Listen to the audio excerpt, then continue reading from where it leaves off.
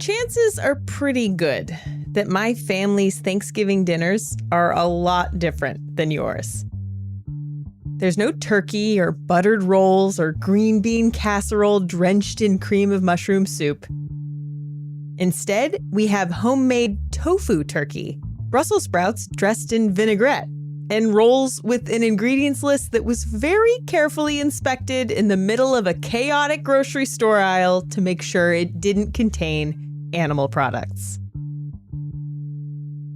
But I'm not vegan, and neither is my mom or my brother or any of the guests we usually invite over.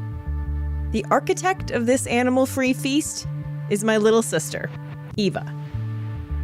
Eva has always loved animals, and when she was 13, she connected the animals she loved to the meat on her plate and decided that eating animals was something she didn't want to participate in anymore. And like pretty much every decision Eva has made in her life, she's still just as dedicated to it nearly 2 decades later. Back when Eva first went vegan, that tofu turkey on the Thanksgiving table was our family's way of serving something we were all able to enjoy.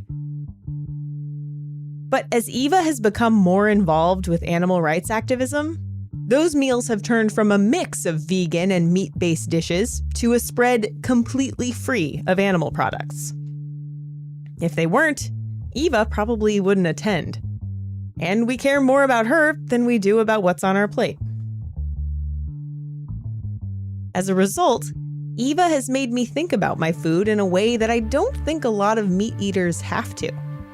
When I eat meat, I have to contend with the fact that my meal was once a living, breathing, feeling being. I have to actively make a choice to contribute to that being's death.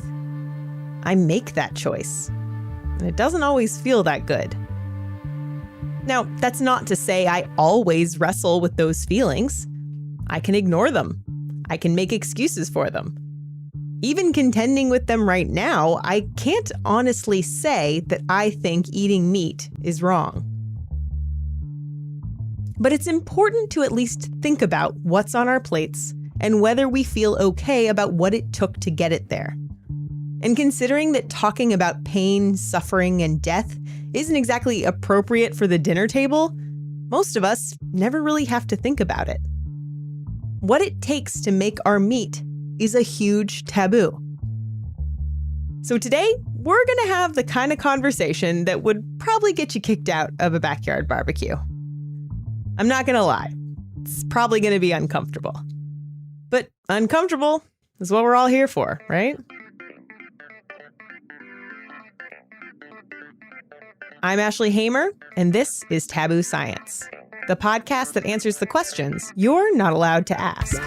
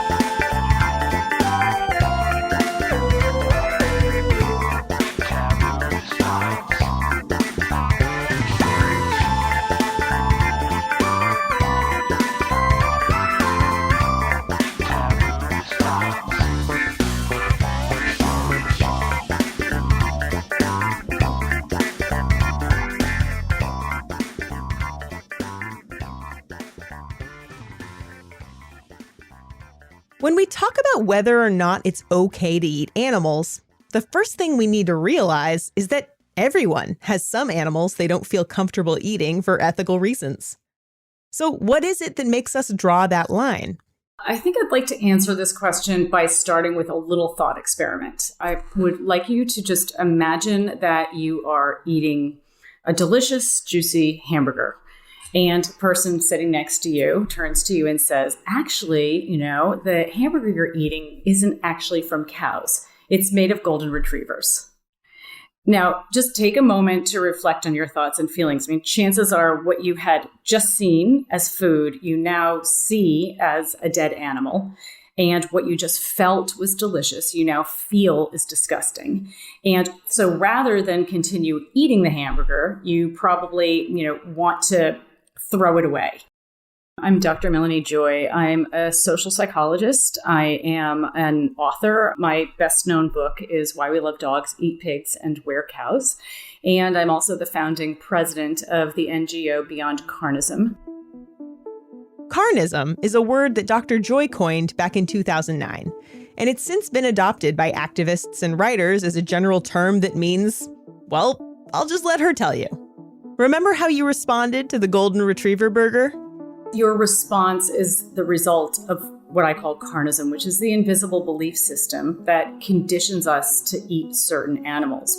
What carnism does is it disconnects us from our authentic thoughts and feelings when it comes to those animals we've learned to classify as edible. And carnism is a global phenomenon. In meat-eating cultures around the world, people learn to classify just a small handful of animals as edible, and all the rest we learn to classify as inedible and disgusting, and often even morally offensive to consume. So even though the type of animals consumed changes from culture to culture, members of all cultures tend to think of their own choices as rational, and of the choices of other cultures as irrational and often disgusting, and as I said, morally offensive. For example, in the United States, there's a taboo against eating animals we keep as pets. Dogs, cats, horses, guinea pigs, I could go on. We also don't eat insects. But cats and dogs are commonly eaten in China. Horse is common in Europe. Guinea pig is popular in many South American countries. And the majority of world cultures eat insects. Meanwhile, many of the animals Americans eat are off limits in other cultures.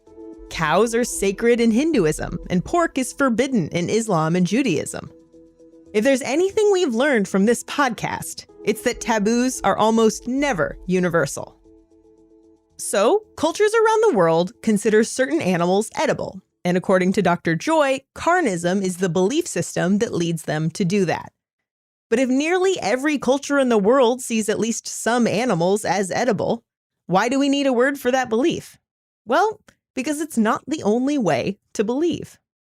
What I have been most interested in is how, over the course of time, as we have, become no longer reliant on eating animals, and yet continued to eating animals, the way that we have psychologically related to this phenomenon. Like today, eating animals is not a necessity for many people, not for everybody, but for many people in the world today. We don't eat animals because we need to survive. We eat animals because we choose to, but we don't even realize that we're choosing to eat animals because eating animals is such a given. It's just, for us, it's really just the way things are. So we tend to assume that only vegans and vegetarians follow a belief system when it comes to eating animals. But the only reason that we learn to eat pigs, but not dogs, for example, is because, we do follow a belief system. So when eating animals is not a necessity, then it's a choice, and choices always stem from belief. So I would say that the reason that we eat animals at all at this point in time is for those of us who are economically able to make our food choices freely. There are many people in the world who cannot do that at this point in time. But for those of us who can make our food choices freely, we eat animals not because we need to, but because we're operating from this belief system that I call carnism. But the belief system is invisible. So we don't even realize that we're following a belief system. If you eat meat, it might feel a little weird to name the belief system you follow. It's kind of like a white person realizing that they have a race, a heterosexual person realizing that they have a sexual orientation, or a cisgender person realizing that they have a gender identity. The dominant group never has to think about their identity or belief system the way that a minority group does. And when they do, it can bring up uncomfortable feelings. Of course, the examples I just gave aren't a matter of choice. And most of the time, carnism is. What's important to appreciate, I think, is that carnism is an ism. It is structured like other systems of oppression, other systems that are organized around one group of individuals being harmed to benefit another group of individuals. Here we're talking about farmed animals and, human animal consumers. So the systems themselves are structurally similar. Of course, the experience of each set of victims of these systems of oppression will always be unique. But the mentality that drives the oppression, the mentality that drives the violence is the same. The same mentality that enables us to carry out harm toward other humans is the mentality that enables us to carry out harm toward other non-humans. I mean, most people we know care about animals and would never want them to suffer, especially when that suffering is so intensive and so completely unnecessary. And yet most people eat the bodies of dead animals on a regular basis and contribute to an industry that they would find deeply offensive if they were really fully connected to the reality of what they're supporting and what they're consuming. And when we're born into a dominant system like carnism, we inevitably internalize it. In other words, we learn to look at the world through the lens of carnism. And so we basically adopt its defense mechanisms. Because carnism runs counter to what most people would be willing to support, it runs counter to rationality and to our core values, carnism needs to use a set of psychological defense mechanisms that distort our perceptions and disconnect us from our natural empathy so that we act against our core values and we act against our own interests and the interests of others without fully realizing what we're doing. One example is abstraction, sometimes called de-individualization. So carnism teaches us to think of farmed animals as lacking any individuality, lacking any personality of their own. So we learn to think, for example, that a pig is a pig and all pigs are the same. We don't learn to think of dogs, for instance, as abstractions. And so, when I used the example of the golden retriever earlier, probably in your mind, you saw a picture of an individual golden retriever when I said, imagine that you're eating a golden retriever, because we haven't been conditioned to think of golden retrievers as not being individual beings with feelings and preferences and personalities and lives that matter to them, just like all of us have lives that matter to us.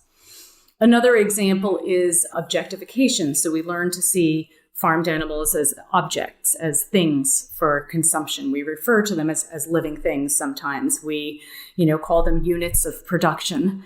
And we tend to refer, for instance, to the chicken on our plate as someone rather than something. And these psychological mechanisms they're distancing mechanisms. They distort our perceptions so that we're distant. They distance us from our empathy and from the impact of our choices. The primary defense of carnism is denial. If we deny there's a problem in the first place, then we don't have to do anything about it. And the main way that denial is manifested is through invisibility. So one way carnism remains invisible is by remaining unnamed. If we don't name it, we can't identify it, we can't question it, we can't challenge it.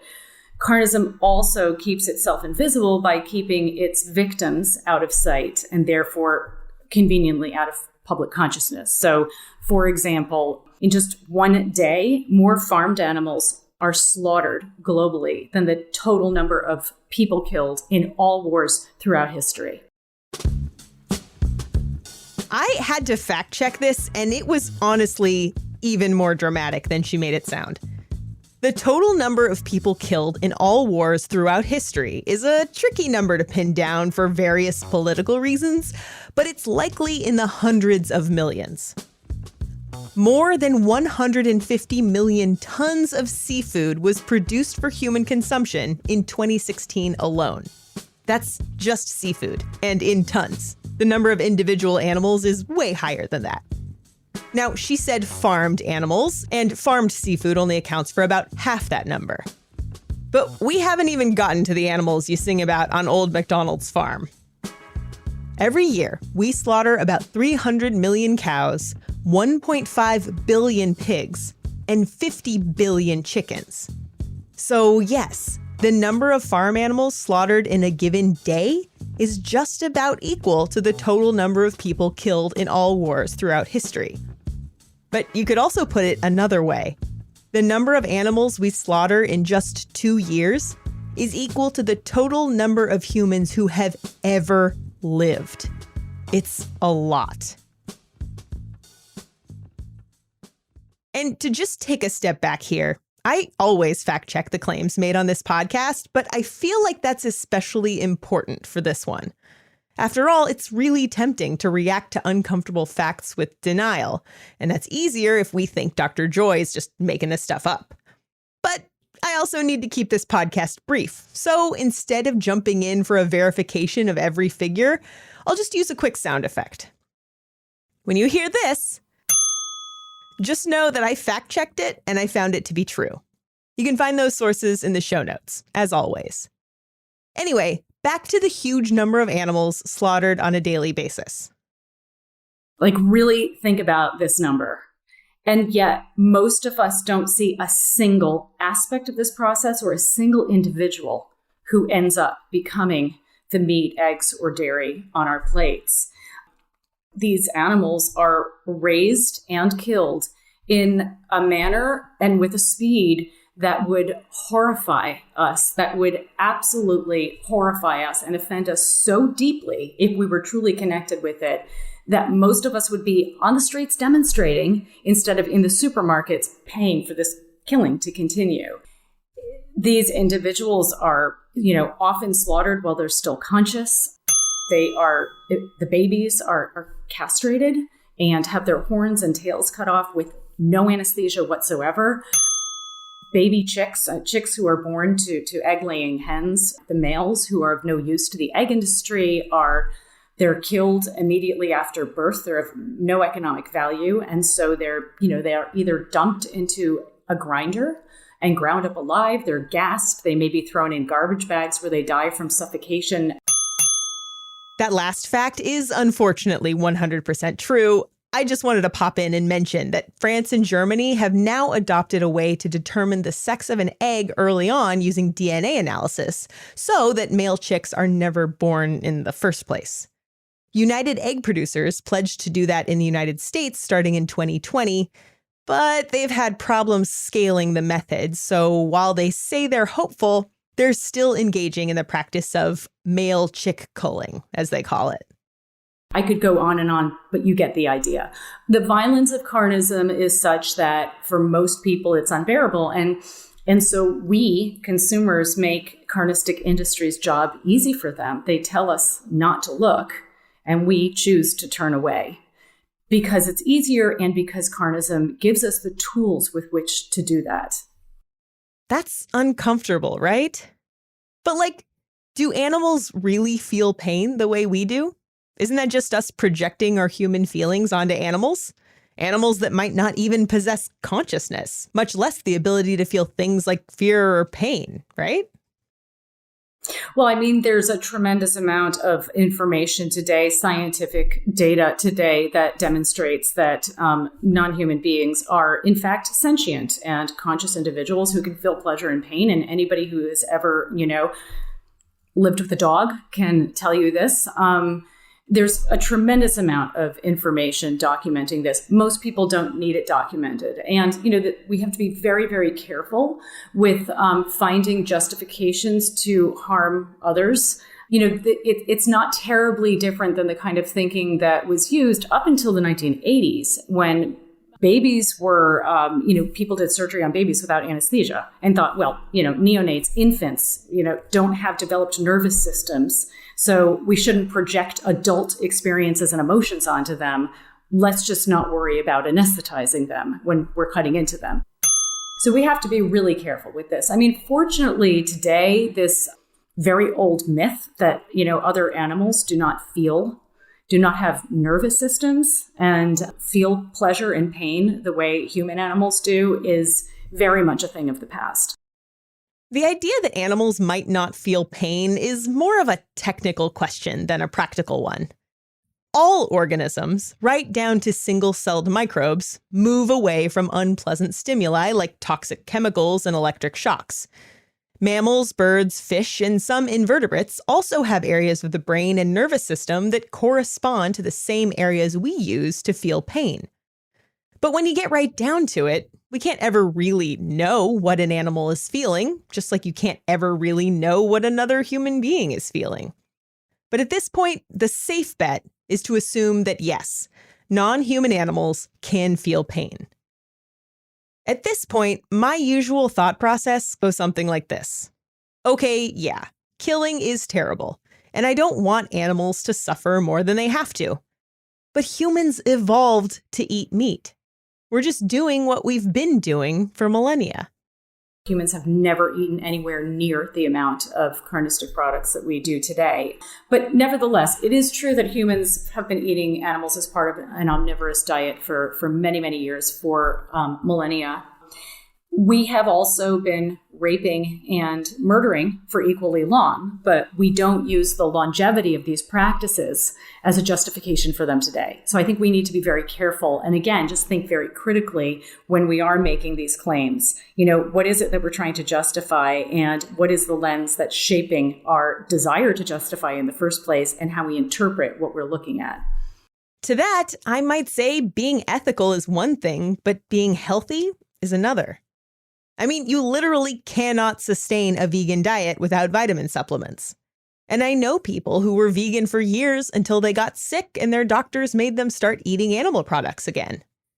Yes, eating too much red meat is bad for you, but it seems like going too far in the other direction isn't too good for you either.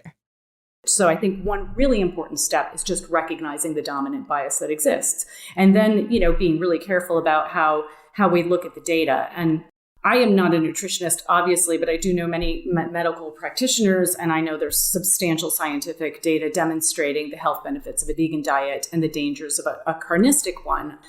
And, the drawbacks when we think about people who say, I tried to be vegan and I got sick, we have to be really careful with that information. Many people who eat a carnistic diet become sick because of their diet. We know that there's a direct link, causal link between eating animal products or carnistic products and heart disease, type 2 diabetes, obesity, a variety of other problems. The challenge is that when somebody becomes vegan, and if they start having any kind of physical symptoms or thinking they're having physical symptoms and they go to a doctor who's not really aware of the fact that they're biased, it's not uncommon for that doctor to automatically say, well, it must be your diet. It must be because you're vegan. So we have to be very careful and critical about how we kind of parse the information. I mean, you can eat a vegan diet and not have a healthy diet if you're eating all processed food and junk food, just like you can eat a carnistic diet and have a very unhealthy diet. Many, many people do. The difference is that we don't automatically assume that when somebody is eating a so-called mainstream diet, that their diet is responsible for whatever ailment they're experiencing. So many vegans have told me over the years, like hundreds of them, that they get a cold and they hide it from people in their lives because as soon as they sneeze, their friends and family will say, it's the diet, right? But the guy next door has quadruple bypass, surgery. And it's like, oh, bad genetics, right? So this framing, this carnistic framing drives so much of what we notice, what we remember, and what kind of meaning we make of the experiences that we have. Another objection to veganism that people toss around? Vegans are just so insufferable. I mean, I don't say it. Not just because my sister's vegan, but because I'm a marathon runner who meal preps and flosses regularly and fact checks my friends' Facebook posts. I have no right to call anyone insufferable. But Dr. Joy says that this popular opinion of vegans is just another tool that carnism uses to stay in business. Carnism teaches us to feel defensive, as I said, against anyone or anything that challenges our own carnistic mentality. So we tend to have a perception of vegans that makes it harder for us to be receptive to the information that they're sharing. It's a form of shoot the messenger. If we shoot the messenger, we don't have to take seriously the implications of their message. So, for example, we tend to see vegans as overly emotional This is a common stereotype. Vegans are overly emotional, animal-loving sentimentalists. If somebody is overly emotional, by definition, they're not rational. And people who are not rational are not worth listening to. This same stereotype has been used to discredit people who were, working for the abolition of slavery in the United States. It has been used, against the suffragists who were fighting for the right to vote, for women's right to vote. And if you think about it, the emotions of moral outrage and grief, for example, are really appropriate emotional responses to the global atrocity that is carnism. Much more concerning from a psychological perspective is like the widespread numbing and apathy that marks the dominant culture. So there are a whole bunch of different ways that different stereotypes that get projected onto vegans. But these defenses are really designed to ensure that the system, carnism, remains intact. Listen, if this is all seeming a little overwhelming and too much to take on, I'm with you. I mean, when you start thinking of all the ways you can be unethical with your food, it starts to feel kind of hopeless. Like, what about veggie burgers and soy dogs and non-meat that pretends it's meat?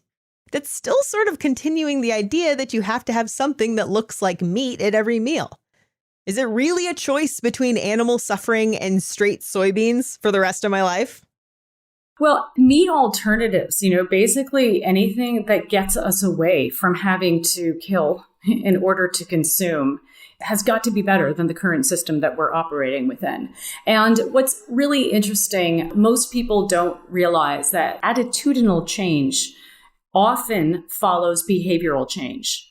Many people who are advocating for various forms of social justice or change assume that you have to change your attitude. We want to help people, like when it comes to veganism, for example. It's totally understandable. You want to help people make the connections that they don't want to eat animals anymore. You just lose your desire to eat other animals because instead of seeing them as food, you see them as dead pieces of flesh. And so you don't want to participate in the atrocity and you're kind of repulsed by it. But we also know that when people change their behaviors, their attitudes often follow. And so the less meat, eggs, and dairy somebody eats, the less they have to defend, the less defensive against being open to animal rights, and concerns for animals in general they are. So anything that helps get people away, reduce their investment in the oppressive status quo that is carnism, has got to be a positive thing, as long as it's not obviously supporting other forms of exploitation. Yeah, and that reminds me of I know people who get solar panels on their houses are more likely to support climate change initiatives. They don't do it because they believe in climate change initiatives. They do it to save money, and then suddenly they're in favor because they're already helping. Right. Yeah. So going into that, if someone does feel like they don't want to contribute to the system, I mean, going completely vegan is a very large lifestyle change. What can they do in the short term to do that? I mean, it's a less large lifestyle change than it used to be. And it depends on where you live. I mean, if you live in LA, for example, it's like almost a no-brainer at this point. However, to your point, many people are not willing or able to just go vegan overnight. And I always recommend that people try to be as vegan as possible. I mean, nobody can be more vegan or anything than what's possible for them.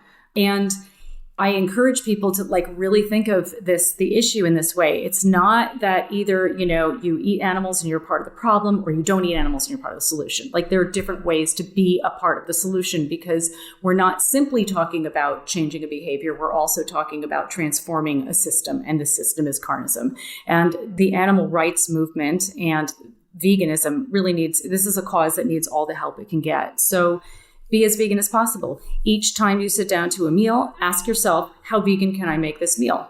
If everybody in the world became as vegan as possible, the world would become vegan pretty quickly. I mean, the reason we have so many vegan options available today is not because of the core group of, hardcore vegans. It's because so many people have reduced and have increased demand for vegan foods.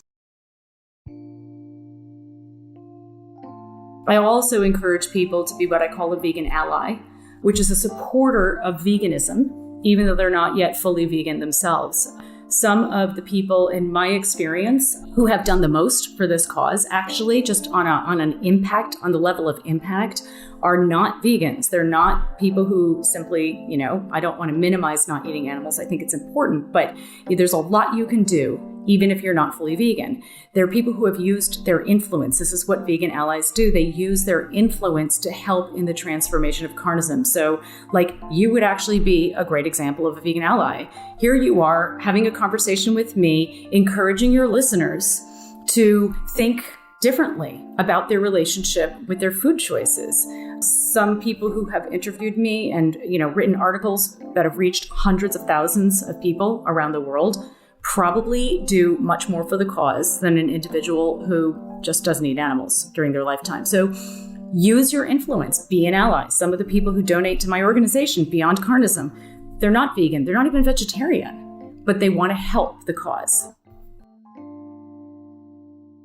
I do believe that it's really important for people, regardless of where they fall on the carnistic continuum, to get informed, to get informed not just about the consequences or the reality of animal agriculture, but to become informed about carnism and to really understand how this system has shaped your preferences and your perceptions and your feelings and driven your behaviors. Because when you become aware of carnism and of carnistic defenses, they lose a lot of power over you, and then you're in a position to make your food choices freely. Without awareness, there's no free choice. So regardless of what your intentions are, I just think it's really important to commit to raising awareness. And then you can choose what role you want to play in the system.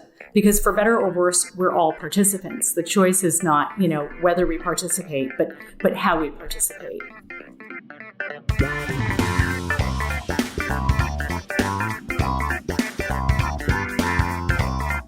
Thanks for listening.